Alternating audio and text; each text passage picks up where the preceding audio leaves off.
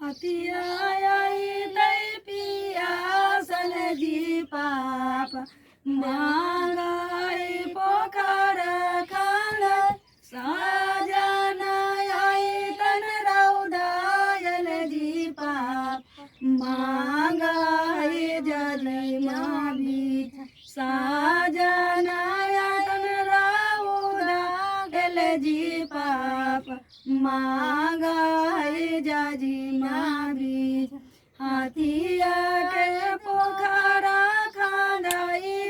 गे बेटी साजन के जजई माँ बीच साजन के जजी माँ बीच डेगे डेगे हलुआइया बसई वो गे बेटी साजना छे काले दू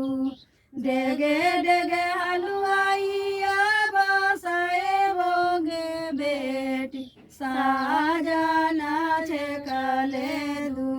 किया कहूँ न कर खैलहूँ जी पाप किया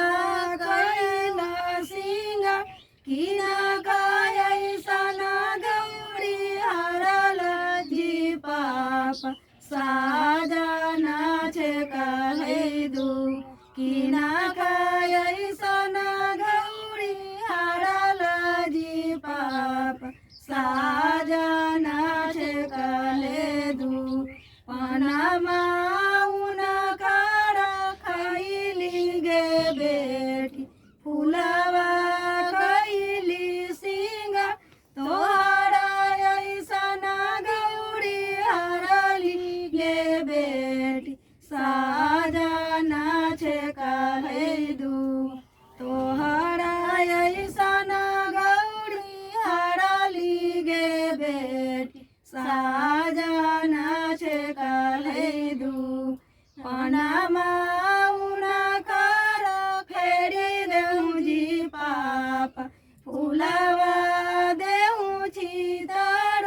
हमारा ऐसना गौरी रखूँ जी पाप साजन ढूढ़िए घर हमारा ऐसना दिया रखूँ जी पाप सा